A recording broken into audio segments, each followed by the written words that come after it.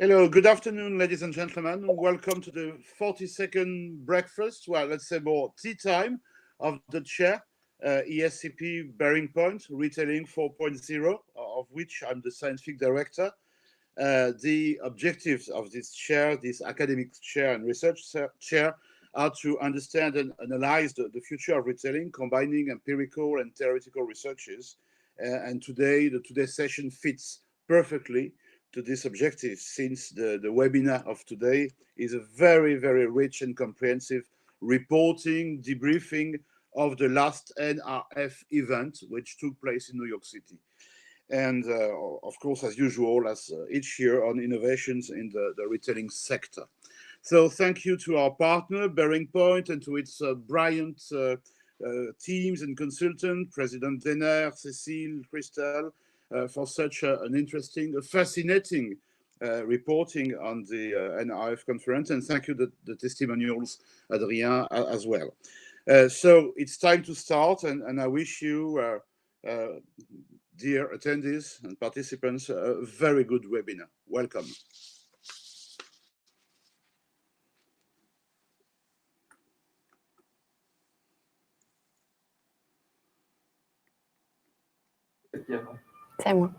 Hello, thank you all for being here with us. We're delighted to have you here with us to do a debrief session from the NRF 2022. I'm Cécile Delage. I'm a manager from the BearingPoint office in the retail team, and I was one of the members of the BearingPoint delegation. And so I will be presenting this debriefing session with my colleague Christelle, and we will have some startups who will be illustrating some of the trends that we will be presenting all along the presentation. So welcome with us. We're delighted to be with you. If I move on to the next slide. So moving the retail industry forward. So this year was the first physical session of the NRF since the pandemic, of course. So the last time we went there physically to New York was in 2020, and the 2021 edition took place fully remotely, of course, due to the pandemic situation. For those of you who might not know the NRF 2022 big show, the theme was around accelerate. Accelerate because, as we all know, the pandemic accelerated a lot of transformations that were already ongoing, accelerated a lot of trends that had already begun. And so a lot of the speakers really focused on explaining how they reacted to this acceleration and how they think that this acceleration and this pace will remain in the future. The big show is the biggest biggest convention for retailers. This year, despite the fact that we didn't have some of the big names like Meta or Google, there were still a lot of exhibitors, 756, a lot of conferences, and I'll get back to it in a couple of minutes. So we counted 190 conferences, over 300 speakers, and probably between 5,000 and 10,000 participants, a lot less than the usual numbers that we see, around roughly around 30 or 40,000 people. Nonetheless, it was really interesting. It was even nicer for us to be in a place that was less crowded, and there was still a lot of content, a lot of conferences, a lot of solution providers that we were able to meet and talk with. We were one of the only European delegations in New York. We spent a week there. It was really freezing. So it means that we didn't get the COVID before leaving. We didn't get COVID once we were there, and we resisted the cold in New York. And we split our time in two main parts. The first part of the week that we spent there, we really focused on visiting as many stores as possible, and we focused on some of the stores that we knew from 2020, and we wanted to see how they reacted and how they adapted to the pandemic. And some of the stores were really new. Despite the sanitary situation, some new stores open, and we were really curious to see what was new in terms of design, in terms of experience, and so on. So we visited roughly 30 stores, and then we spend the second part of our week focusing on attending as many conferences as possible to try to identify the main trends, and you will have a condensed version of the NRF in a couple of minutes. And we also had a team focusing on meeting with solutions, technologies to identify what are those technologies that will be supporting the trends or accelerating some of the trends this year and in the future. So I'm not sure, we know that this debriefing session is happening a little bit late for the English version, so you might have read a lot of things about the NRF already, but if you want, you can try to take a guess on what were the trends for 2022 in the chat. We'll see if some of you managed to identify some of the top trends.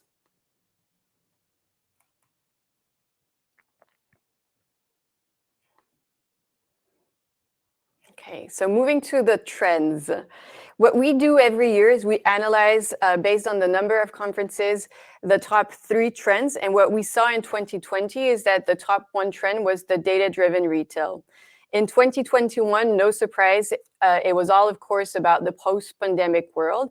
And this year, and I think there's been a lot of communication, a lot of material on LinkedIn and in the press around the metaverse. The metaverse, and I'll get to it in a couple of seconds, was undeniably the top trend at the NRF 2022. The second trend was everything about new retail frontiers, and we'll deep dive in a couple of minutes also. And then the third trend that will be presented by my colleague Christelle was everything related to autonomous and automated retail.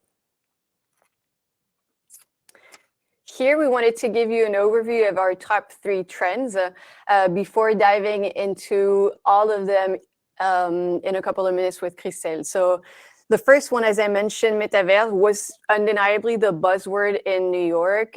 Some of the conferences took place in the big rooms. They were completely packed, and we'll talk more in detail on what it means, what opportunities for retailers, and so on. The second big trend was new retail frontiers. As we know, we live in a phygital world, and some of the trends related to omnichannel were not new, but you will see that we really saw an acceleration of the e-commerce code in the stores. The third one regarding autonomous retail and what we call the robots from the warehouse to the store really struck us because we saw an evolution, a progressive evolution from one NRF to another. And today we have very mature technologies and use cases supporting retail trends. The first one is everything related to the marketplace as an e-commerce booster. Christelle will be presenting it, but you must know 62% of the transaction that took place online took place on a marketplace, and marketplaces are really driving the e-commerce growth. And then the last one is one that we particularly like, everything around workforce 5.0.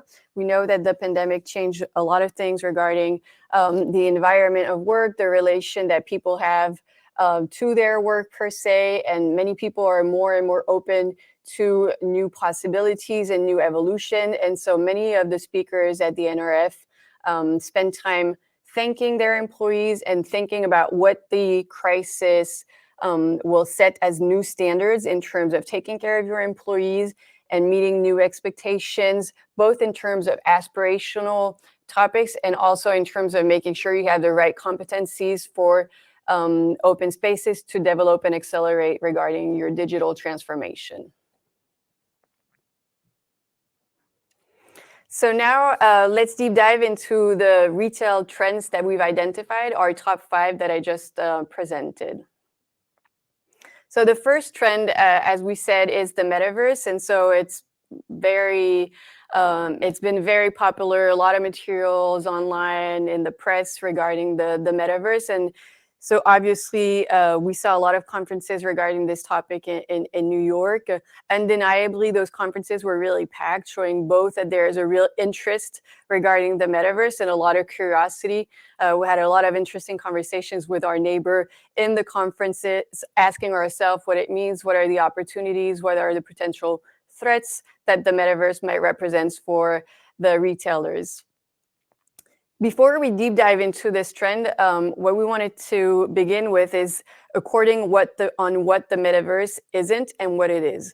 What it isn't is one unique definition, and you'll see that there are as many metaverses as you might have creators or platforms that can host those metaverses.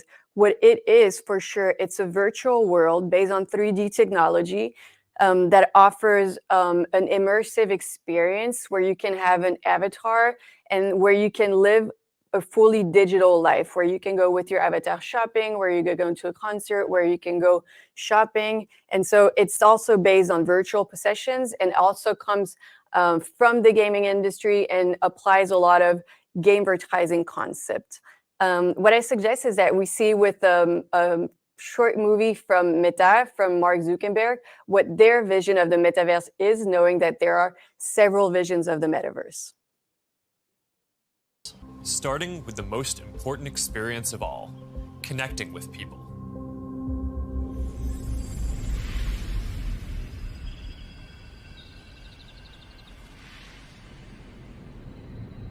Imagine you put on your glasses or headset and you're instantly in your home space. It has parts of your physical home recreated virtually, it has things that are only possible virtually, and it has an incredibly inspiring view of whatever you find most beautiful. Hey, are you coming? Yeah, just gotta find something to wear.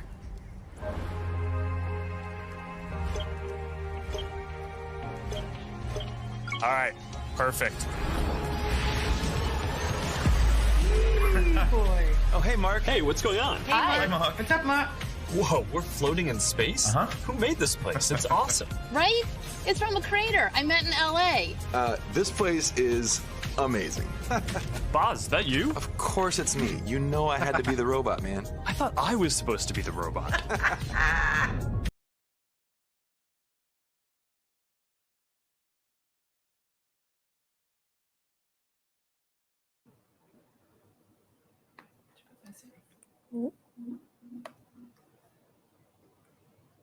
So we hope you've enjoyed this short video, and if it still seemed very futuristic for you, if it echoes to the movie from Steven Spielberg, Ready Player One, one thing is for sure is that the metaverse is already there. Its ambition is not to replace the real world, but really to maximize its potential. So we thought, like a lot of people at the conferences were very curious about what it means, what the metaverse holds for the future. And we thought also that it seemed very futuristic. It looked like the script of a science fiction novel, but we can ask ourselves, and this was brought by one of the speakers at the conferences, isn't that what people that were there for the beginning of the internet in the 90s felt? They probably were wondering, is this a trend that is here to stay? Is this something that is really going to impact our life? And we all know today that the internet holds a very important place in everybody's life, whether it's in our personal life, whether it's in our professional life. The internet is here to stay, and it's now being maximized with new technologies and allowing for this development of the metaverse. Something we also need to keep in mind is that, and I was mentioning this in the introduction, the metaverse comes from the gaming industry or universe. And while we're very busy with our client focusing on building omni-channel journeys, we need to keep in mind that some of our generations are already ahead. And by 2030, Gen Zs and Alphas will represent 50% of the world's population, and so 50% of consumers. This is a generation that is very at ease with everything related to the digital. They're digital natives, and most of them have already embraced those technologies that have arrived at a mature enough development stage to offer the penetration of the metaverse in everybody's houses. And so 25% of them said that they would be ready to spend up to $200 in virtual possessions. They have already embraced augmented reality and virtual reality. Most of them, we have a number here that says that 87% of them said that social media is a source of inspiration for them, meaning that they've been app first since the beginning. And also, if you're wondering how many people are already on those platforms, we need to keep in mind that we have different numbers regarding this, between 180 and 200 million players are on Roblox on a monthly basis. And Roblox is one of the platforms that allow for people to create some metaverse, some different universes. So if you're still wondering how big it is, well, we have big figures to show you in a couple of slides, and a lot of people are already in the metaverse. So you might think also, what is the metaverse? Is it only Meta? So the ex-Facebook, they changed their name in September 2021. Well, no, it's a very, very mature ecosystem. And you have different players. You'll have players specialize in making sure you can create a universe. And this is the case, for example, of Roblox. You have technologies that are specialized in, for example, creating 3D stores. And we'll have an example. You have companies who are specialized in designing virtual possessions, and then you have everything that's related to the metaverse with the virtual possessions. So all the cryptocurrencies, so you can purchase something, and the non-fungible tokens, the NFTs that we've all heard about, who allow you to certify the authenticity of one of your virtual possessions. So very mature ecosystem, a lot of young people already on those platforms and very eager to discover more about the metaverse. They're very at ease with those technologies and those environments.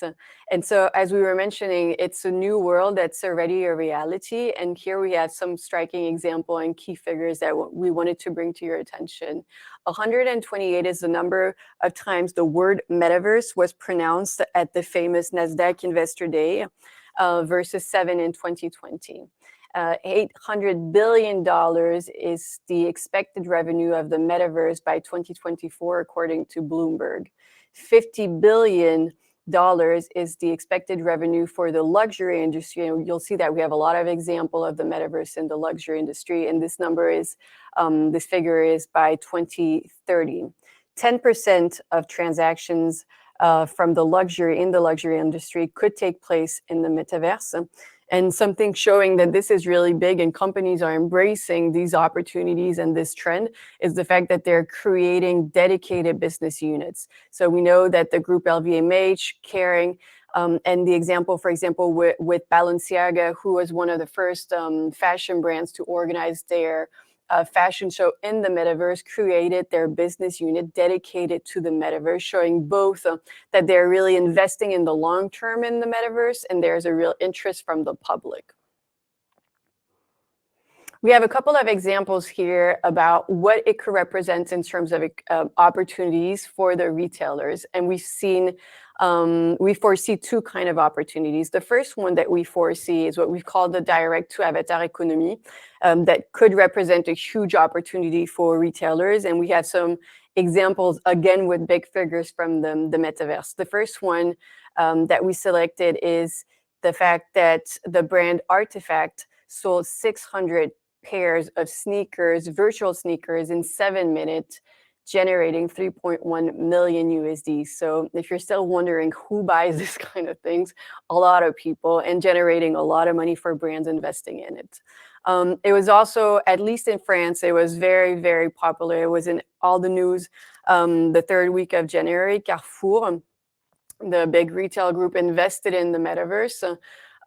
They bought the equivalent of a land representing 30 supermarkets. And what they're saying is, although today they don't really know what they will do, so this land is in a platform called the Sandbox, they just want to make sure that they're not going to miss, a huge technology wave, and they want to make sure that they will be there already in the Sandbox when it explodes. And more generally speaking, Carrefour had announced early in September 2021 the fact that they wanted to invest over 3 billion euros in their digital transformation. Another striking example of how this virtual world makes sense for a lot of consumers is that they're already spending more money on virtual items than they are on real items. And we had this example of the Gucci bag, a Gucci bag that was sold $800 more in their virtual version than in the real one, in the real world, the real version. And then it's not only about having virtual possession, it's also about living experiences, going out with your avatar friends in the metaverse, having a nice time. And we see that there are more and more concerts in the metaverse. And we had this example of a Ariana Grande concert that took place in August in the Fortnite game, and they had 1 million viewers. Now, we also have what we've called the NFTs escaping the metaverse, because brands are also investing in the metaverse, but allowing to have physical and in the real life experiences or benefits. And two examples that we selected here. The first one is NYC, who partnered with an NFT platform called a Bar Block. So they're specialized in creating virtual items and based on certifying them with NFT technology for the wine and spirit industry. And so what they did is they put on the market 2 NSC 8 bottles, and so people could buy them with the NFT and they could choose or to resell it on the platform via cryptocurrency, or to ask Bar Block, who holds the 2 bottles, the physical bottles, to make them available to them. And then the second example, and that was communicated early in 2022, is Coachella made available what they call the lifetime passes. So they're certified with the NF technology, and for people who buy them, they can access the Coachella festival during their lifetime. And in addition to that, they have special perks, private parties, and so on. So we can really see that there are opportunities both in the fully virtual world and also trying to reach those consumers who are in the metaverse and dragging them to your physical stores, or making sure that they can have experiences in the physical world. So now we're really glad to have with us Adrien Zanelli. So we have a partnership with French Tech, and so we will be presenting, as I mentioned in the introduction, 3 startups that we were able to meet in New York and that we know from the French Tech. And so for those of you who still think that this is very futuristic and don't really see the potential for you as retailers, I think that Retail VR, that Adrien will present in a couple of minutes just after a short video, really shows you that you can see the metaverse as something really futuristic, or that's something that is really close to you and that you can offer 3D experiences in 2D. And then you still allow for a very immersive experience, recreating the brand experience. And this is what Retail VR is doing. So let's watch a short video, and then we'll ask Adrien to present Retail VR and have a quick chat with him.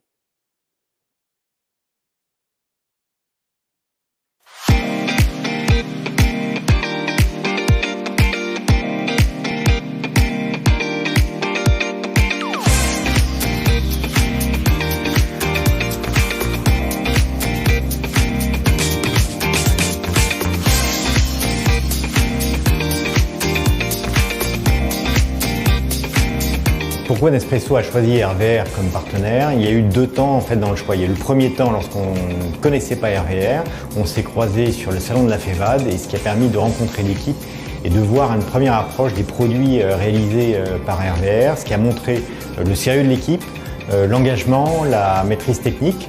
Et le premier pilote est parti sur cette base-là. On a eu un vrai chantier de co-création, de merchandising digital à inventer, qui a été fait vraiment dans l'échange, avec d'un côté l'apport technologique et de l'autre côté le besoin consommateur.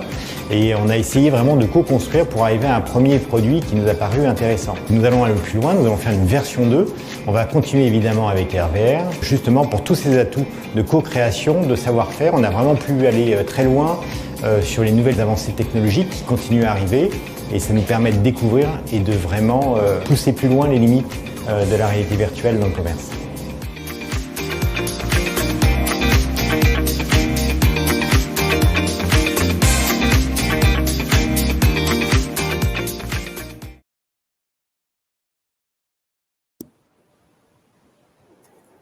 Hello, Adrien. Hello, can you hear me? Hello. Can you hear us, Adrien? Yes, I can hear you. Can you hear me? Could you present us Retail VR in a couple of words?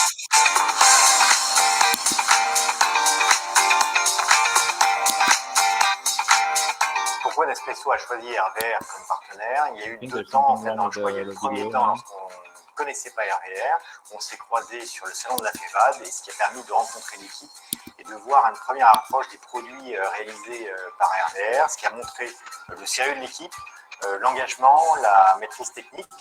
Et le premier pilote est parti sur cette base-là. On a eu un vrai chantier de co-création, de merchandising digital à inventer.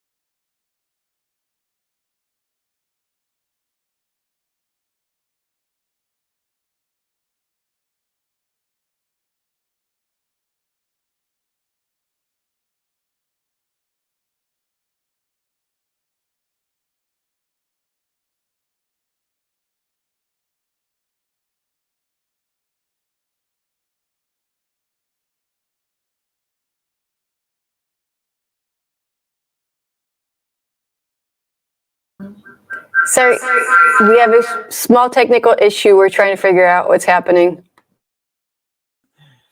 I'm the black cat here. Sorry for this. Can you hear me? Allô? C'est dingue ça.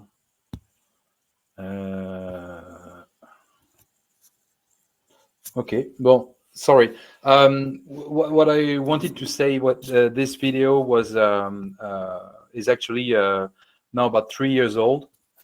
So this gives you an idea of, at the time, Nespresso was already thinking about what they called phygital, but I can say that this was already somehow the metaverse. The idea was to create basically an immersive boutique in which the consumer can find e-commerce, but in a more experienced way. So I don't know if you can hear me. If someone could give me a feedback, maybe.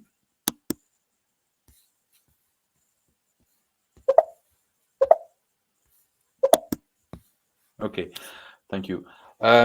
So what I wanted to say is that you all know basically the brick and mortar is is crucial for Nespresso. It's actually a very strong asset that they have. So is the e-commerce. Nespresso has been for a very long time, at least in France, one of the main e-commerce seller. So the idea for the innovation director was to basically to have those two worlds to converge, whether you call it metaverse or whether you call it a phygital, digital, and the physical world. It's basically what they were aiming to do. So we've developed this virtual store. The idea at the time was to create an immersive shopping experience in which the client could feel confident. And in the first place, we started with a gaming mechanism. And then, like it was said in the video, we had to we've created a second version that I'll be pleased to share with you. And this second version basically is more related to the store. So the idea is really to recreate an immersive way of entering the store. If you do it with the goggles, then you really are transported into a store. We always put the human also back into the loop, which means that in any cases, if you have a question, you can always call the Comfy Counselor, and this person would come to you in a video live to speak with you and guide you whilst you are shopping. We've asked the question to the consumer how they like basically this solution, and the response was 8.5 out of 10 like this virtual and immersive experience. And in comparison, the same question was asked: how do you like the e-commerce website? And the answer was 5 out of 10. So meaning that there's a strong demand for such immersive environment. Can you still hear me? Yeah, I guess so. Yes, we can still hear you. Okay, great. Okay. So I'll keep going then. Basically,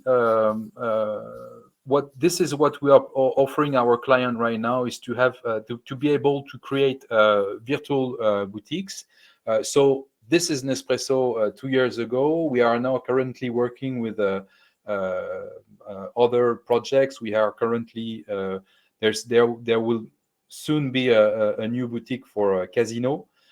We are also working with the French Chamber of Commerce, and these were actually started about 6 months ago. So this is to give you an idea that there is a real demand. It's not only Meta, I mean former Facebook, that has brought this onto the market. There's been a demand for this. and we drag our clients to this new world. But the idea is not only to propose, Carrefour, for instance, they are experimenting. So like Cécile has said, they have invested in land. And what we try to do with our clients is try to drag them in a way that they are going to have return on investment. You can always go to the metaverse, put a flag and say, there I am.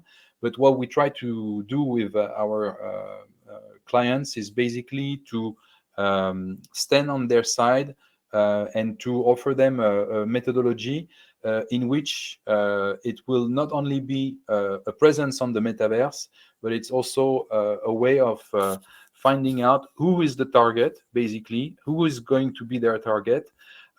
Also to consider the technical point of view. Basically, it's not about recreating a copy and paste what's existing now on the real life, but it's also creating a new world which will also take care of the constraints, because these retailers, they also have technical constraints. They are working on CMS, ERPs, and you need also to consider these. And so what we are bringing as a methodology to this client is to define what is the target, how we are going to address our proposal to our clients. And from there, we start with a first proof of concept that we are then going to try in order to get a return, qualitative return, and then we can move to a quantitative and industrialize the process. So this is the methodology we apply for our virtual shops, and we are developing the same methodology to bring our client to the metaverse. The idea is to be we need to have virtual reality, but it's also at the end of the day real sales, and this is really our motto. So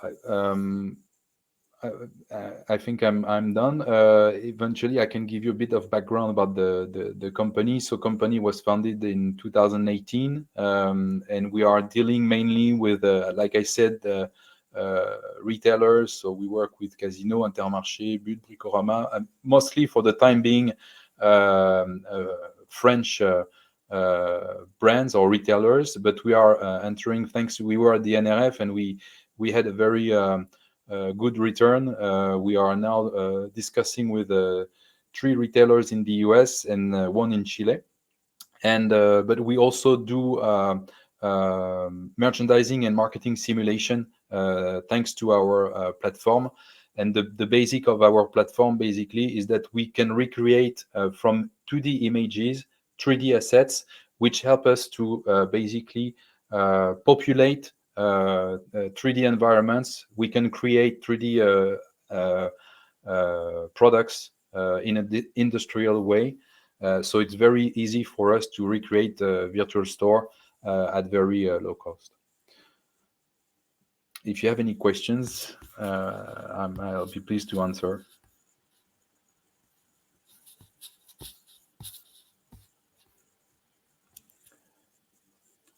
Well, no questions, I think. Thank you very much, Adrian. It was good to have you with us. Thank you. So jumping to the next trend, new retail frontiers. So everything related to omni-channel is not new. It's been there for years, but we wanted to tell you a bit more about what are the things that are accelerating on that side. Because of course, consumers like me, I'm not nor a Gen Z or Alpha, still want a simple experiences, seamless experiences, and physical experiences.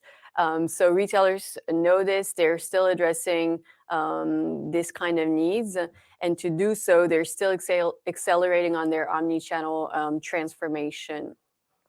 So everything related to what we knew as the rush to expand the click and brick is still very true, and we saw during our store tours still an important focus on everything related to convenience. We saw a lot of things regarding the practicality of having different delivery option, contactless delivery or pickup or payment. So everything related to convenience around omni-channel experience is still very true, and we saw it in a lot of stores in New York. We also saw a lot of stores still offering personalization services, and this was one of our questions when we went there, because this requires to go into store to have a contact. Were people still interested in this? And the answer is yes.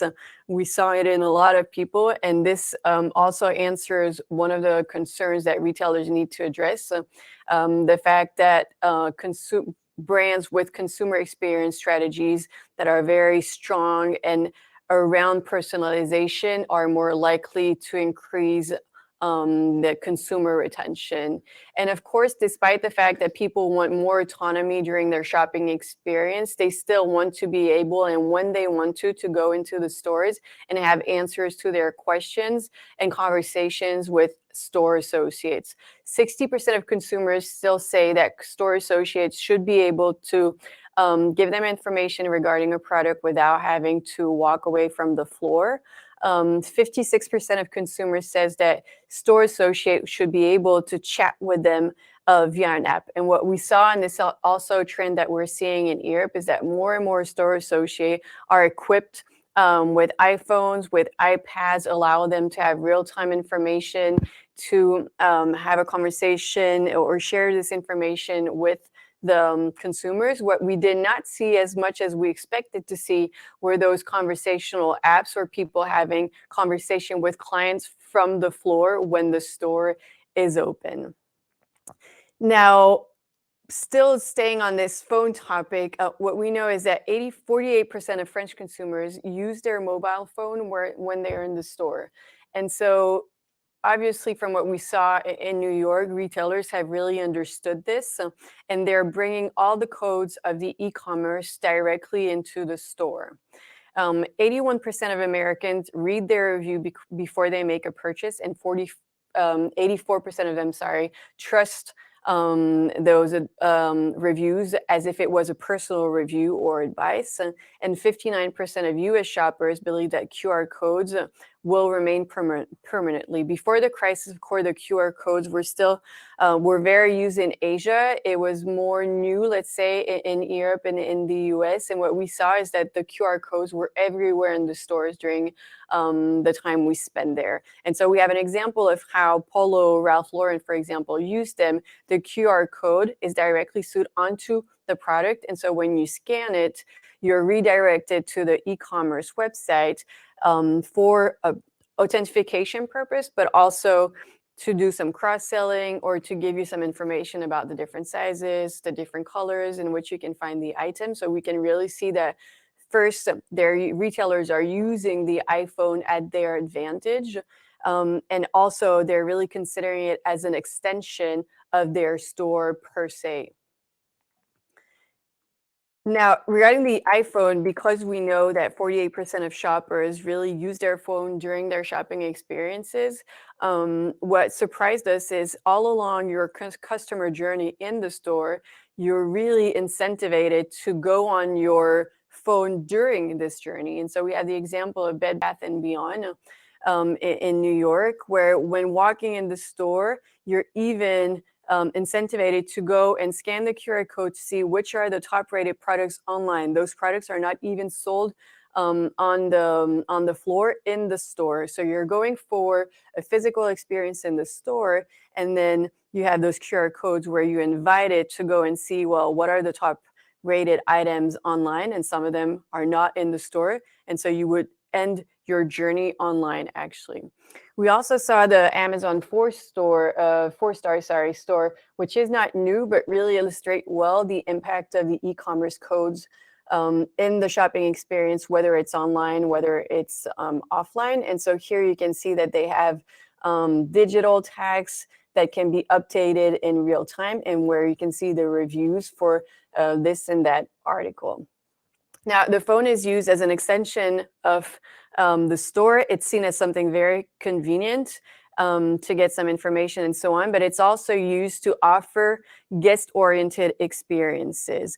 And now that we know, and we mentioned it during the trend of the metaverse, we have technologies that are now very mature around augmented reality, virtual reality, enabled by the development of the 5G. And so we were able to live a guest-oriented experience and a game experience in the Nike Soho flagship, where we were able to go online and do a scavenger hunt during our tour of the store. So a really nice experience that shows that those technologies are now very mature, can be used broadly, and that you're incentivized to use your phone all along the customer journey on the floor.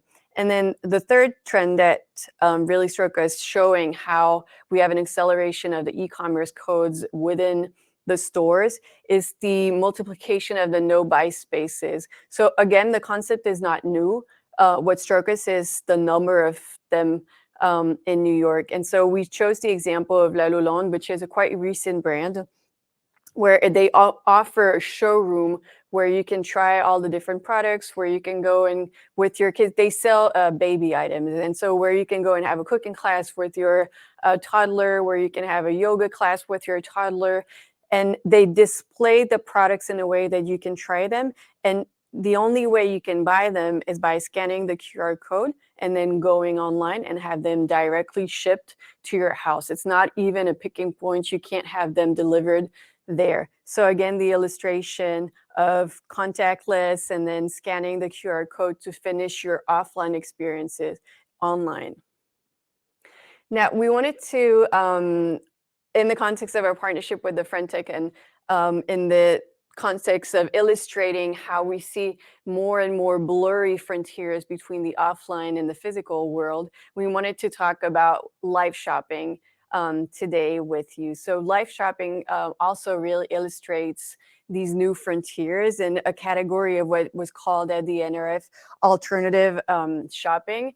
It's something that was very common and is very popular already in Asia. It's quite recent in Europe and in the US. And of course, they develop very quickly because of the pandemic. And so it offers the possibility for or store associates, sales associates, to do a shopping session from the floor or from their house, or you can also have influencers do some sessions to do some live commerce. We wanted to give you a few examples, few striking numbers before I let the mic to Antoine Leclerc from Cast, who will present his solution in a couple of minutes. Today, the live shopping is generating 170 million euros in revenue. So big numbers. 560 million Chinese internet users are users of live commerce platform. That's 62% of Chinese consumers. And one important thing also is that the average conversion rate on when doing an online transaction is 2 to 3% versus 10 with live shopping. So we're really happy to have Antoine here with us, who will present his solution, Cast, which is a solution for live commerce. Thank you for being here, Antoine. Thank you for having me. I think you had a small video, I think, to launch before I started. It's still the case?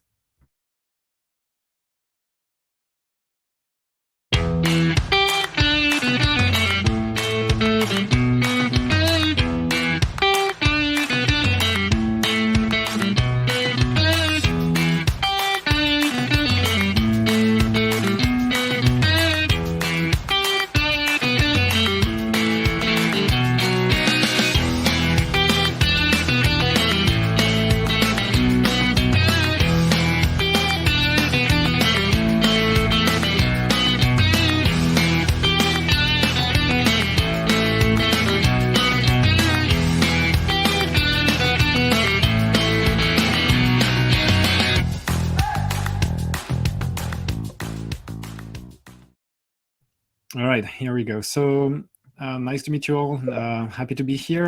Let me share my screen so that you can all see the presentation and tell me if it's good for you, but it should be now.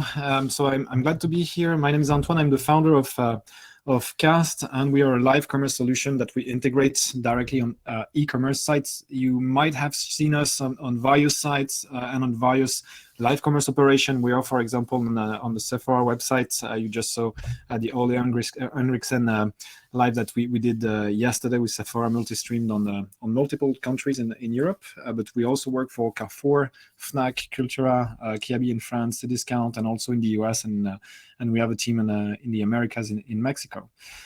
So really, to understand what we do at Cast is we just come from the sales presentation that you had inside your stores, and we become a digital brand promotion solution that uses live commerce in order to present products live straight from your website, and where you have like experts, so it can be like brand experts, retail experts, or influencers. We're going to present products live from the e-commerce site. So the way it works is pretty easy. The first step that you have to take is to integrate the solution on the website. So this usually takes less than 30 minutes. It's just a script that you have, a blank page that you create, and you can see the pages that you get there. Those are just event pages where you will have all the events, like all the live events that are planned, that are going to be dynamically added and displayed to the customer. So the customer can see maybe the teaser that you provide at first before the live, can have a reminder, and at the day of the live and during the live, they can join the live and interact on the live show. Those pages are really event pages, so they can be used to display one or more events. So for example, here, it's only one event for the Marshall brand on the Fnac website.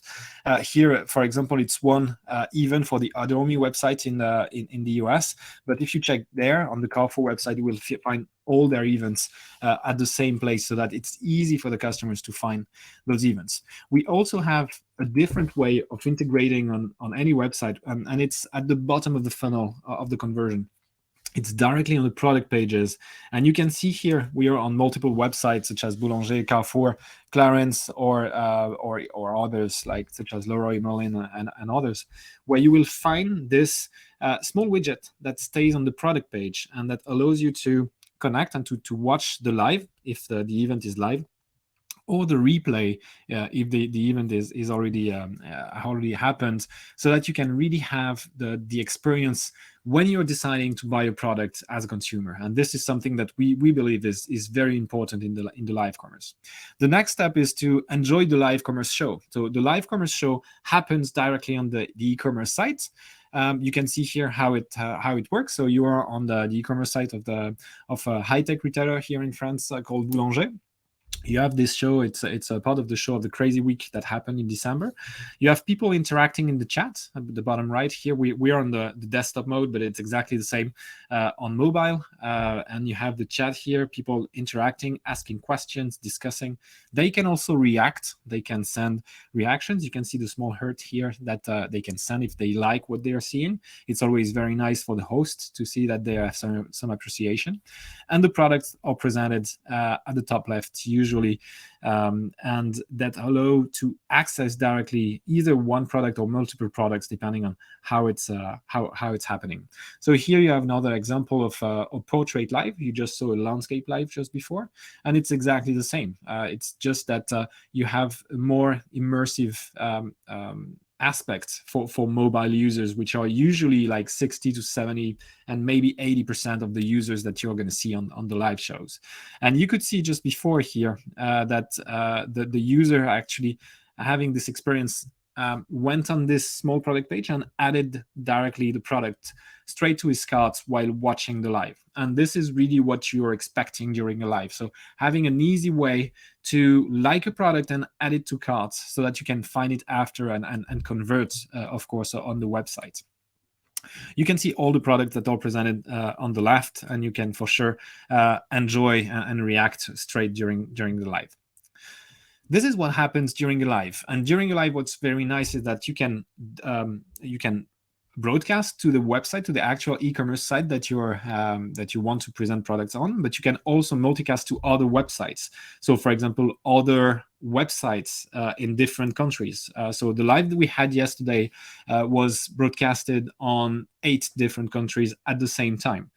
You can also broadcast on a retail website, but maybe also on brand websites and on media partners, depending on if they have the cast technology installed. You can multicast to as many destinations as you want. And you can also multicast on social media, let's say for sure Facebook, YouTube, Twitch, TikTok, Twitter, and even Instagram. You can multicast to Instagram, even if it's not officially permitted and available. There are some options that allow you to broadcast to Instagram. And right now, Instagram let the providers do that until they open publicly, so that we can do it more easily.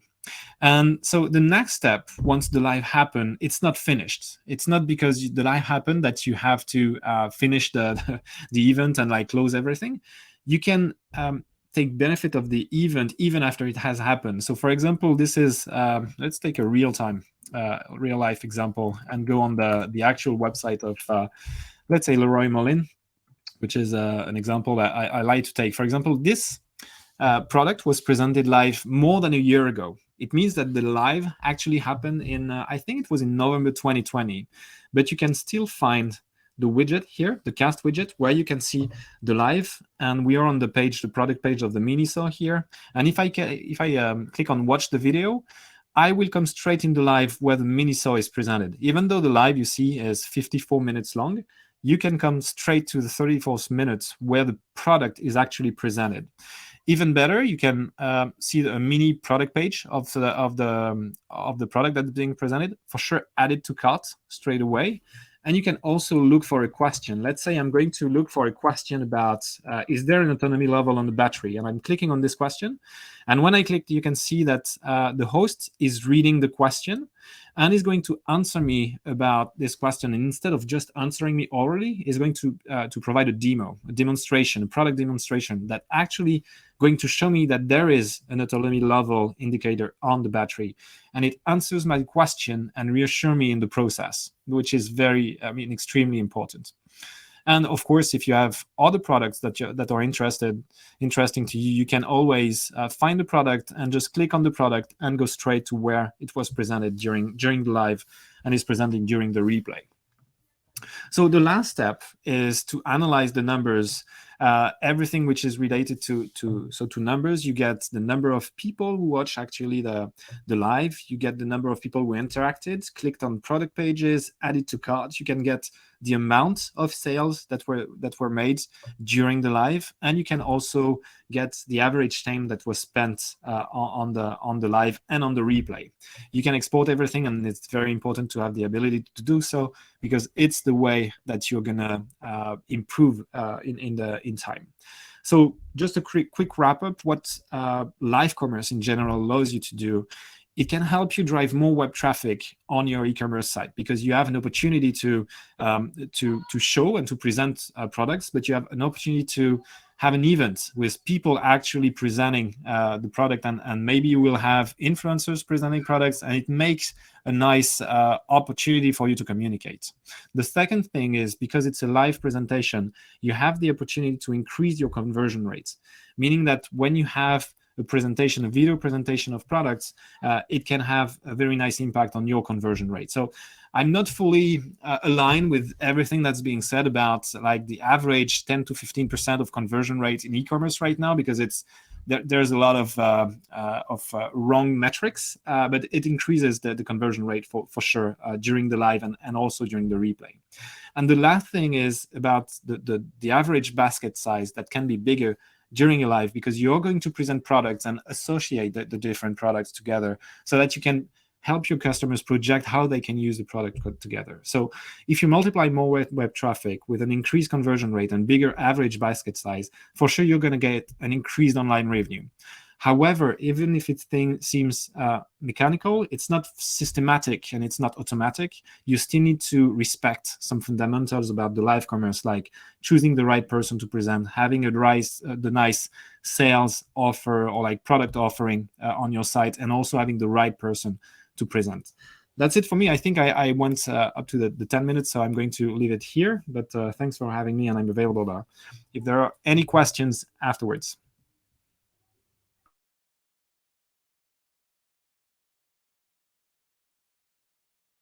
Okay. Thank you, Antoine, for this presentation. Thank you. So if I move on, so hi everyone, I'm Crystal from BearingPoint, and I'm really happy to be here today with you to speak about the NRF. So as you saw with our two guests and with Cecile, consumers are really eager for in-stores and online experiences. They expect a lot of services in stores, such as like different delivery methods, inventory visibility, different self-checkout solutions. So they know what they want. And in fact, retailers, this is not new for them. A lot of them, like 77% of them, says last year that they feel obliged to improve their services and the way they operate their business because they know what the consumer is expecting. So companies, they need to adapt themselves, they need to be flexible, and one way to do it is through automated robots and autonomous retail. So usually we are going to the NRF every year, and from the previous years, we saw a lot of robots, a lot of technologies, and they were more like gadgets. And this year, we saw really an evolution of those technologies. And right now, we think that those technologies have come to an age. They are answering to simple use cases, and robots are really cover specific parts of the retail processes. So that's why today we would like to speak with you a little bit about the autonomous retail from robots in warehouses to stores. So first, when we speak about autonomous retail, maybe you have in mind like very futuristic robots, such as the one you see in the Star Wars movies. So this is at least what I had in mind. But in fact, automated robots are already there, they're already well developed, and you don't need to have futuristic robots to speak about automated retail. So as you can see, in 2020, the global retail robots market was worth $7 billion. And this is an American study, and they expect to reach 55 billion in 2028. So it's only in 5 years. Also, this study from Coherent Market Insight estimates that 54% of the current work activities in the retail industry can be automated in the USA. So the potential is huge. So we believe that robots will play a more important role in the coming years, and more specifically in two areas of the retail sectors, which is first the supply chain and the logistics, and secondly the consumer experience. So first, I would like to speak a little bit about the supply chain and logistics, and to illustrate that, I would like to share with you two startups that we met at the NRF. So the first one is Exotech. Exotech is a French startup created 7 years ago. It's considered the 25th French unicorn. So Exotech, they have designed a new robotic system for the supply chain, which really optimizes the order preparation and the logistic in the warehouses. So basically, how is it working? So they have developed a computer program that supervises all the robots which are in the warehouses. So, and this program assigns to the robot automatically some tasks and some orders to take and to prepare. So this is what you can see on the picture that you have. And if I share with you some few figures that are really impressive, is that those small robots, they can pick up product from 12 meters high. So this is really high. That's why the warehouse density can be multiplied by 5 compared to a traditional warehouse. They can also move very fast at 4 meters per second, and then they can carry up to 30 kilo. So those solutions can be deployed in 6 months, which is really fast because usually another solution like that can be deployed in more than 1 year. So on the, we also wanted to speak about another solution, which is not for warehouses, but it's more related to delivery problems. And this solution is called Gatik. So Gatik, they have developed autonomous trucks, which are already live in the United States and which are driving in the US road without a driver. So those trucks, they are making deliveries from very large warehouses to smaller ones. And maybe that sounds futuristic to you. At least it sounded for me, because it can be scary that trucks without drivers are on the roads. But this is already live in the US. More than 20 autonomous trucks are on the road, and Gatik even estimates that they did more than 30,000 deliveries last year in the United States and in Canada. So I spoke a lot about back office activities for which are impacted by automation, but also you have to keep in mind that automation is not only for back office activities, but they are also for front office. And especially shoppers are expected to have a better experience in store thanks to automation. And one way to bring autonomy to the stores is through the self-checkout. So of course, self-checkout is not a new trend, and you might be familiar with some stores such as Amazon Go, which has opened a store nearly 4 years ago in the United States. But even if it's not new for the United States, it's quite new for Europe. For instance, the first Amazon Go in Europe was only open last year. It was in London in March. And the technology is a little by little democratizing itself, but it's not yet like the whole potential of this technology is not already developed. So when we think about this democratization, we also think about how the consumer feel about it, and are they eager or not to have those solutions. In fact, they are really positive about it. So 46% of consumers think this autonomous shopping, this autonomous self-checkout can improve their shopping experience in stores, and they can answer very specific problems, for instance, such as queuing when you do the checkout. And also 39% of them are going a step further, and they say that they really want to be able to shop in stores in full autonomy and check themselves out thanks to their smartphones, and they don't even want to interact with the store associates. So we believe that because the consumer are really eager to have this autonomous shopping, it will be democratized in the coming years. So today we have the pleasure to have a third startup with us, and to illustrate this topic of autonomy, we have with us Retail Robotics. So Retail Robotics, it's a Polish startup who has developed, who is working a lot on the click and collect solutions. And we have with us Julian Kojankiewicz, who is the Chief Growth Officer and who will present his company. Hello, everyone. Thank you, Christelle. So, Julian? Am I being heard all right? Do you hear me? Hello? It's all good. Perfect. So basically, just to go the full story from the very beginning, and we should go like that.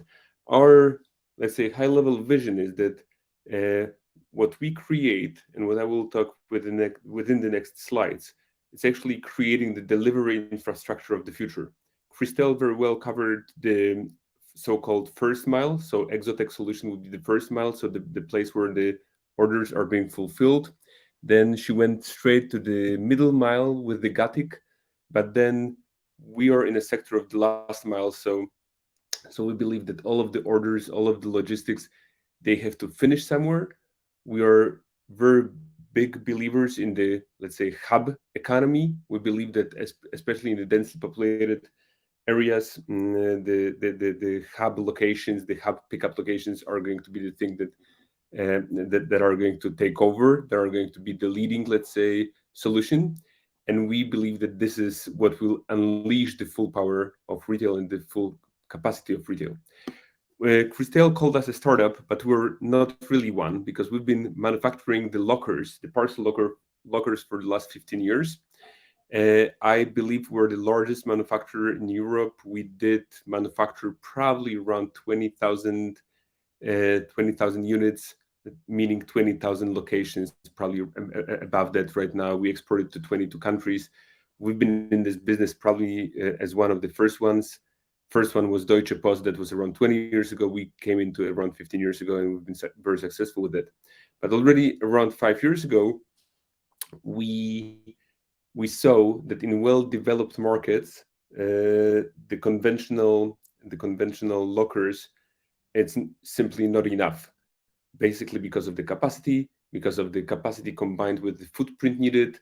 As all of you know, we cannot imagine cities like Paris with lockers like that standing around. I think that actually, like in Paris right now, there are several networks expanding, and they all face the same problem of finding the right locations. There are different regulations in the cities how to deploy such units. So around 5 years ago, we decided that we need to go into robotics, and we need to go the next step, and we need to start investing in more advanced solutions. And currently, we've got 2 lines of products. One is the line of products for parcels, for e-commerce parcels, and the, let's say, number 1 product right now being actually deployed is called Pickup Hero. And simply what it is, it's a parcel locker, but it's full robotic inside, and it can be fitted into a very small retail space or a very small space. So actually, this unit that is being pictured here can fit the capacity of 2 large conventional lockers. So this is like a micro warehousing solution. This is right now is being deployed. Let's say the first 200 units are being deployed at one of our clients that I'm going to mention in the next slides. We're also right now, that's actually a unit in natural environment. So basically, when you enter a store, a convenience store that was also mentioned, you cannot even see that there is the large capacity of parcels being stored and ready for pickup. We're already also working for the large units, for the outdoor use. So if you imagine, let's say, big box formats, hyper supermarkets, we're working on units that can have capacity of 600 parcels or even more, because that's actually what market demands.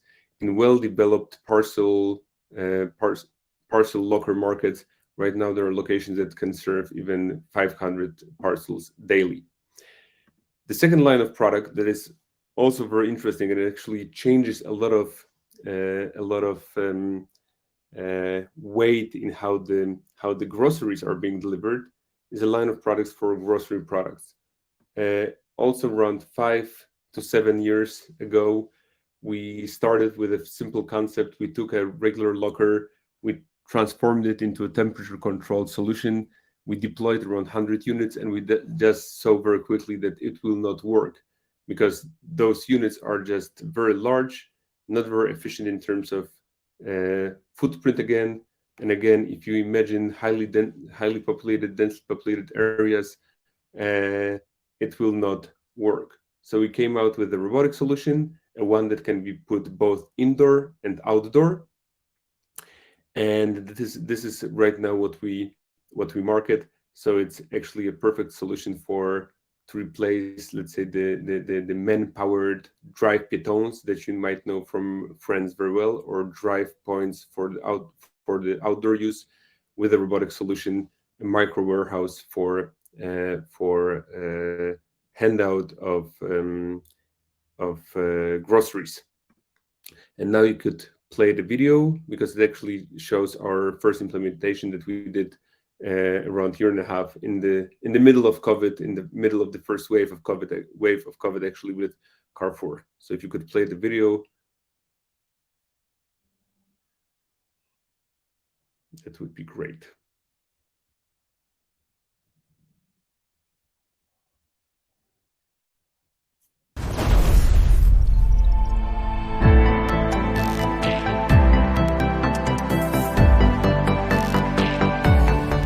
We are thrilled to present the world's first implementation of Arctan, our high-performance robotic click-and-collect solution for e-grocery. E-grocery is growing rapidly. The problem of the market is low profitability. Main reason for that are high last-mile delivery costs. Fortunately, implementation of Arctan improves efficiency of delivery even 10 times and lowers the delivery costs by up to 70%.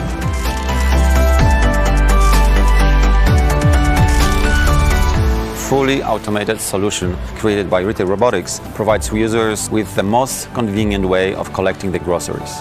Arctan can be located inside small, dedicated spaces in the center of the city, next to the stores, or most efficiently as a drive-through. This solution makes it possible for consumers to collect purchases 7 days a week and 24 hours a day. The time convenience and easy access are pointed out as the most important factors for the customers. Our robotic click-and-collect solution offers the capacity of even 202 logistic bins and 56 freezer lockers, or a multiplier of that. Thus, it can serve up to 300 orders a day with 2-3 replenishments. It is not only the huge optimization of the last mile, but it also means a much lower CO2 emission to the environment. Customers can make a convenient and safe collection of their orders without requiring any human assistance. The collection time of one logistic bin will take less than 30 seconds. Thanks to multiple interfaces, Arctan can serve 2-3 customers at the same time. Our robotic solution is much more effective than traditional locker machines. It offers bigger capacity. This makes couriers much more efficient and allows retailers to lower the cost substantially. Second, Arctan at the same time has a much smaller footprint, which lowers the costs even more and enables faster adoption of the solution. Last but not least, our solution guarantees faster and more swift consumer experience. We offer retailers the most efficient pickup solution on the market, at the same time making the customers' lives easier.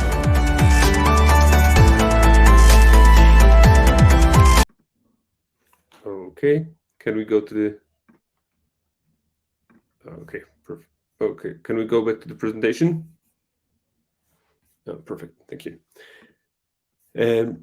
So that's it. So that was the first implementation. Right now, by the end of this year, we will be getting to around 15 to 20 units based in Paris. And actually, part of those units are not going to be only for Carrefour. This project is still happening, but also we participate and we decided to co-invest as a company and as a technology provider into a startup, and that's the real startup.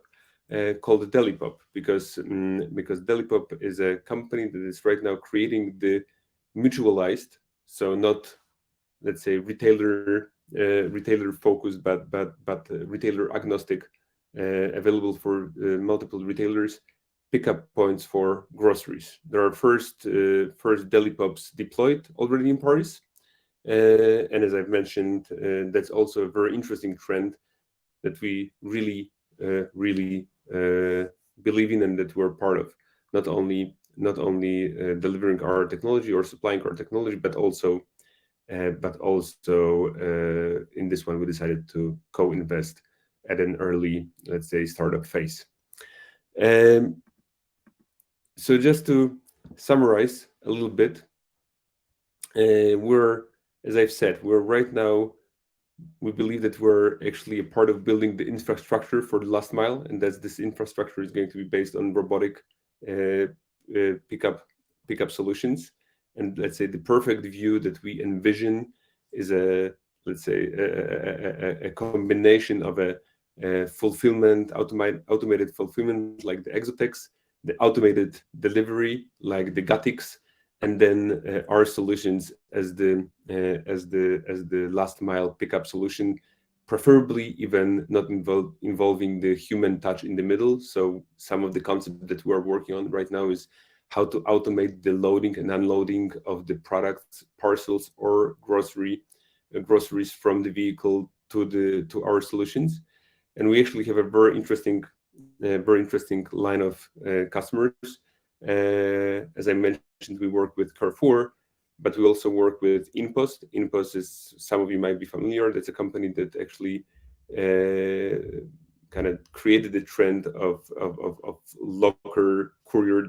locker-focused courier deliveries, and is right now also expanding into France, United Kingdom, and many other markets. So we provide them with our technology and our solutions.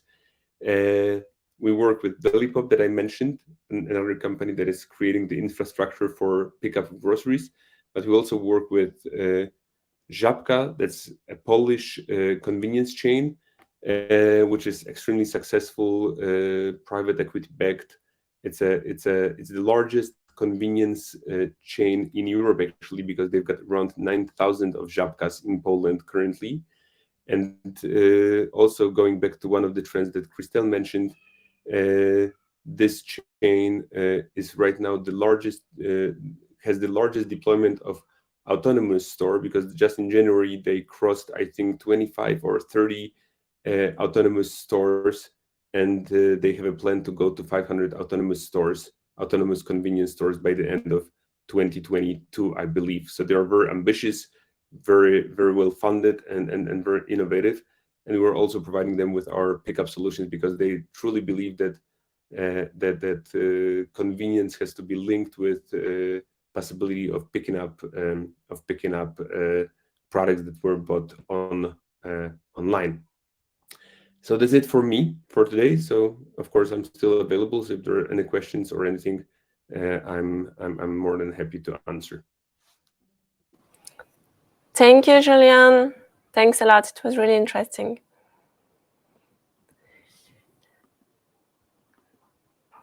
So if I move on, the fourth trend that we would like to present you today is the marketplaces, the e-commerce booster. So I'm sure you will say that it's not a new trend, and it's true, but we really saw an acceleration last year for the marketplaces, and we know it will still be the case this year. So marketplaces are the large e-commerce platform that you all know about, which connect buyers with sellers. So for instance, we have Amazon, we have Cdiscount, La Redoute, Fnac, so those all very famous French ones. But we have also Facebook since 2017, which is a marketplace. So as I told you, marketplaces is not really new, but what is really new is that the marketplaces are really boosting the growth of e-commerce. So in 2020, we saw that marketplaces accounted for 62% of the global e-commerce sales worldwide. And it was only 10% in 2008. So the growth is like huge. And the trend is true for all countries and also for France. And for instance, in France, the weight of marketplaces has increased from 8% in 2012, so 10 years ago, to 32% in 2020. So when I speak about marketplaces, there are some few figures which are really impactful. So for instance, 66% of the consumers, like worldwide, they say they prefer to buy from marketplaces rather than from traditional e-commerce websites. So you might be very surprised, but in fact, the reasons are really simple. So first, on the marketplaces, you have more choices, you have more products, and it's very easy for the consumer to compare some products with another one, for instance, for another brand or for another price category. The second reason is also because the prices are usually lower because of the competition on the marketplaces. The third reason, this is because you have a lot of services which are offered on the marketplaces, especially, for instance, the delivery options that you might have, or they are really, you have, yeah. And the fourth reason is about the consumer experience. So usually, and this is not always true for sure, but usually the consumer experience is better on the marketplaces than on the traditional websites.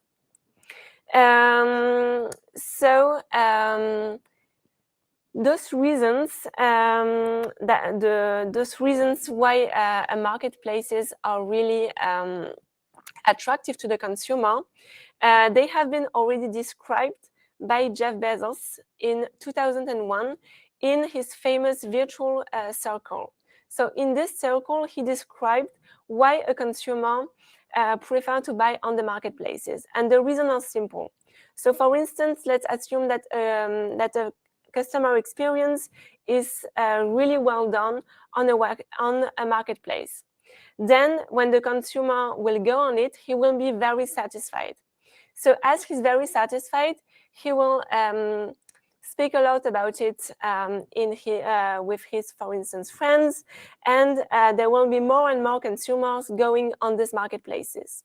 As there are more consumers on the marketplaces, then suppliers are more willing to go to these marketplaces and offer products. When there are more products, more suppliers, the traffic is increasing, and then you have then a better consumer experience because you have a lot of choices, for instance.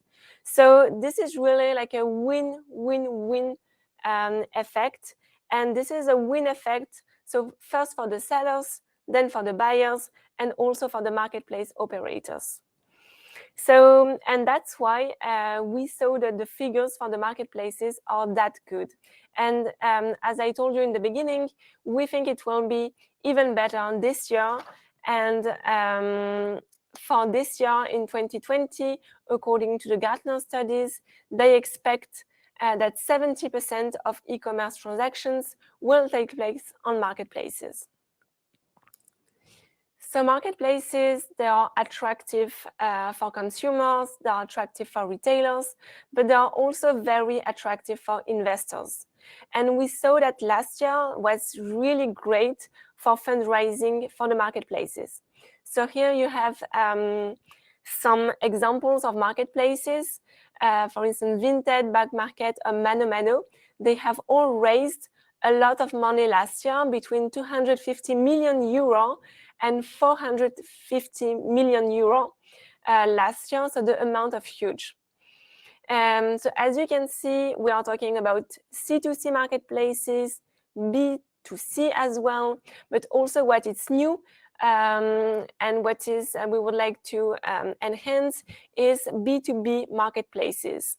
So B2B marketplaces are starting to become really attractive for B2B company, and the reason is that usually those companies, they don't have the very good tools or technologies to offer personalized experiences to their consumers. So that's why they are trying to go to this to these B2B marketplaces and propose their products. So, and behind, we saw two main motivations. The first one is that they want to meet new consumer and to protect new consumer. And the second reason is that they want to protect their own market from big players such as Amazon or Alibaba. So for instance, this is particularly true for Mano Mano. Mano Mano is a B2C and B2B marketplaces at the same time. And in 2020, we saw that the increase of growth was higher in B2B than in B2C. So, and marketplaces, they have also been created by some companies that you might think you don't expect that in this field. So, for instance, we have Airbus, who has launched 2 years ago a new marketplaces to propose like a new catalog of product to his consumer, especially for helicopters.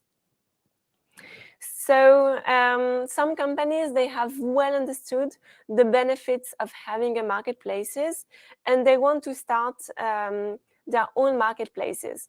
But in fact, even if it seems very easy to build its own marketplaces, it's really not. And some companies might be interesting to use like a SaaS marketplaces solution that's another company are offering. So Octopia is one of the SaaS solutions which is right now available in the market, and Octopia is developing its marketplaces activity. So Octopia is part of Cdiscount group, and Cdiscount, maybe you know, but it's also part of Casino Group. So it's really like a huge company. And Octopia was the company who was managing all the marketplace of Cdiscount. So they are really experienced, and they have more 10 years of experience with doing this large marketplace in Europe, which is Cdiscount. So the reason for which you might choose like to go with a SaaS solution, for instance, with Octopia, there are like two main reasons. The first one is that thanks to this company, you can create very easily your own marketplaces, because you will rely on a proven business experience. And the second reason is that Octopia is offering a large range of services, and this is like à la carte. So you can select the service you want, for instance, for the logistics, for the order management, or for even like order delivery. So Octopia, they have like very recently launched the marketplaces of Casino. And one of the big force of the Octopia and Casino was that at the beginning, when the marketplace was launched, they already proposed like more than 50,000 products on its marketplaces. And it will never be the case if it wasn't, if like they have launched their own website only with the Casino products, of course.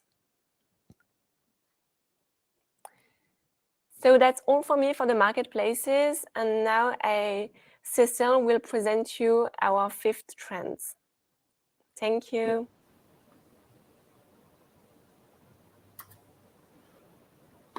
So the last trend of this 2022 NRF edition is the one that we called Workforce 5.0. And so it's funny how we've been talking about digital acceleration and the metaverse and so on, but definitely the human touch and the importance of the workforce was really at the heart of all the trends that we've presented previously, and of all the conferences that we had the opportunity to attend during our stay in New York. Caring, one of the topics that continuously came up at the NRF was the importance of caring overall. At the beginning of each conference, the CEOs of the companies send messages of thanks to their team for their efforts and their commitment during the pandemic over the past 2 years. And so definitely by shaking up the working society, the sanitary crisis has pushed us to question it and re-examine it. First of all, the pandemic has highlighted the true value of some of the key workers that are often in the shadow. And this is particularly true for workers in the retail sector who have continued to work during the crisis, taking the risk of being contaminated. And we're thinking, of course, of the cashiers, for example, that were in their supermarket, of people that were preparing the orders in the warehouses. The second thing here around the importance of thanking your employees is that this pandemic has also highlighted the importance of celebrating the employees' commitment, especially as they are increasingly open to new opportunities. Hello Work conducted a study at the end of the year, and 49% of the respondents said that the lockdown definitely played a role in their desire to change their career.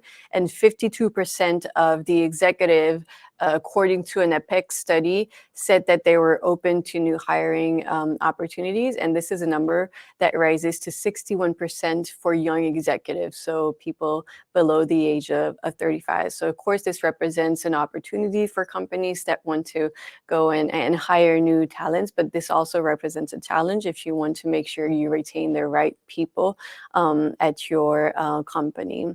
The second main topic around caring is that the crisis has strongly changed the working environment, and we've heard a lot about it in the past month in the press, on LinkedIn, and so on. And one true fact, and the United States is facing the Great Depression, the Great Retirement wave, and overall many companies are facing complicated understaffing situation. And so it's definitely, since the COVID-19 pandemic, salaries and working conditions, and especially in the retail sector, have put off many potential recruits. And a study that was conducted by the Federation of Cooperative and Associated Commerce highlighted that 79% of the managers that were interviewed reported difficulty in recruiting new employees since this crisis. And these recruitment difficulties have been further highlighted by the growing and new importance of the work-life balance, especially accentuated by the widespread of work from home on the employee side. Another key topic that has been changing the working environment is definitely the pace of automation and digitalization, in the companies. And so first of all, we have companies saying that this will be accelerated, and a study conducted with some managers and CEO, 41% of the respondents said that this is something they want to continue accelerating and investing in. So this leads to asking us, how will the future of retail be shaped? First of all, by these difficulties that we're facing to recruit talents for new needs, new competencies to accelerate the digital transformation, but also for people that will be and will remain in the store who have higher expectations in terms of salary, of working conditions, and so on. Before giving you some answers, we wanted to do a little focus on what are the new skills of this new world. So as we said, the pandemic highlighted the importance of people working in stores, in warehouses that for now haven't been replaced by new technologies, new robots, and so on. But what are the top skills that we will need in the future to continue accelerating this automation, digitalization? And so some of the most in-demand skills in 2022 included data science, artificial intelligence, and UX design. And so while job offers requiring those skills are increasing, companies are really struggling to find profiles that meet those expectations. And we have a couple of examples here on the right of the slide. So the demand for skilled employees is increasing. 7 out of 10 employers worldwide report they have difficulties finding new candidates with the right combinations of technical and soft skills. 57% of cybersecurity professionals believe there's a lack of cybersecurity skills that is affecting the business. 3,500 business leaders revealed that recruiting is their biggest challenge when it comes to successful artificial intelligence integration.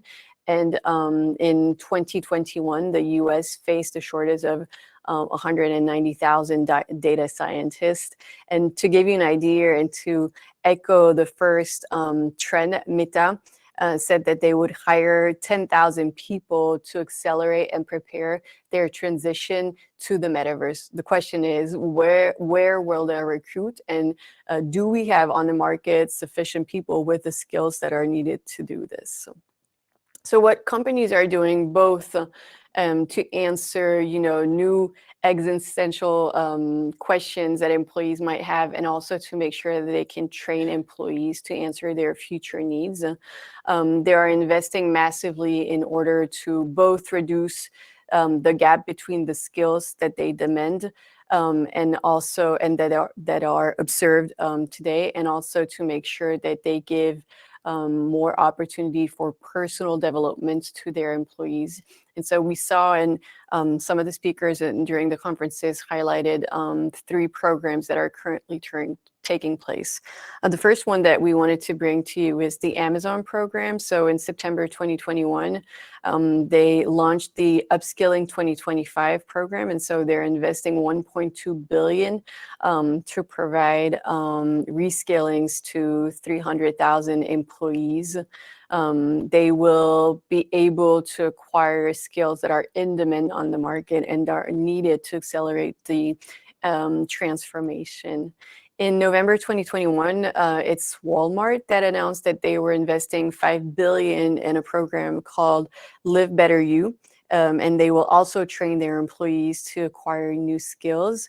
They will also allow them to gain training, to study, to earn college degrees while continuing their employment in the company, and also not necessarily on skills that will allow them to have a vertical evolution, but it might be a horizontal evolutions. And then the last examples that we wanted to bring to you is one regarding Google. So of course, Google Cloud is expanding Google is expanding their Google Cloud offer, meaning that they need more specialists in cloud computing. And to do so, they're taking internal resources and they're providing them access to trainings to gain the skills that are needed to develop this activity. So Workforce 5.0, again, in an era where it's all about digital, we see how important human are, both on terms of technicals and soft skills. We're done with the 5 trends. So here you have an overview again of what we presented today. We hope it wasn't too long, and we wanted to offer you some key takeaways. So the first one is really to go and meet this alpha generation, this digital savvy, digital native generation, very comfortable with new technologies. They will soon be on the market, and they definitely will shake in the world of retail and the way we're used to consuming and shopping. The second key takeaway is the one about the metaverse. Really don't hesitate to experiment now. A lot of people already are. Your kids are probably already very well aware of what it is. So don't hesitate to go and try, whether it's with the Oculus or in the 2D dimension. The third takeaway, we call data as a commodity. We were quite surprised, and as introduction, I mentioned that it was the #1 trend in 2020. And this year, we were surprised that it was really not one of the trends, not even in the top 5. But it was mentioned at a lot of conferences, but mostly as a commodity. I think now we've reached a point that we know it's important. We know we need to collect it. We know we need to analyze it. The question is more of how they do it than anything else. The fourth takeaway is everything related to agility and flexibility. We were quite surprised. There were a couple of conferences regarding supply chain, for example, but not that many. But I think it was mentioned at a lot of the conferences. It's the need really to be agile and flexible in order to be capable of answer the accelerations and the new trends that are more and more often not expected. The fifth takeaway that we wanted to bring to you is linked to the trend that I just introduced you to, is the caring, and that it became a business imperative. So really don't forget to thank your employees, to recognize their commitment, their involvement, and think about how you can develop them, both to answer the needs and fill the gaps that you might have in terms of skills in your companies, but also to give them opportunities to develop themselves beyond the professional environment. And then the last trend, takeaway, sorry, that we wanted to bring to you, and for those of you who saw the movie with Leonardo DiCaprio, Don't Look Up, it's don't forget that what's good for planet is good for business. That was one of our trends in 2020, and we were very surprised that nothing regarding sustainability was mentioned at the NRF.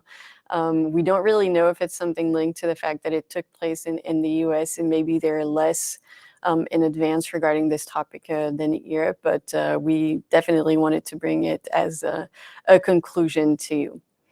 So that's it for the trends. Don't hesitate if you have any questions. We're glad to answer. We know it's late and we talked a lot, but don't hesitate. We remain available.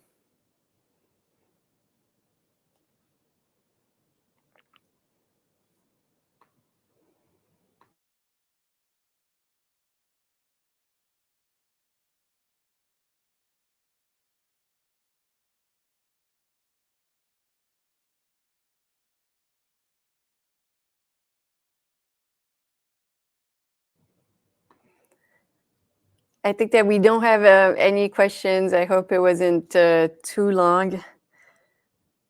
Enjoy your evening too. We were glad to be with you. Don't hesitate if you have questions. You can also reach out to us by email. Have a good evening. Bye-bye.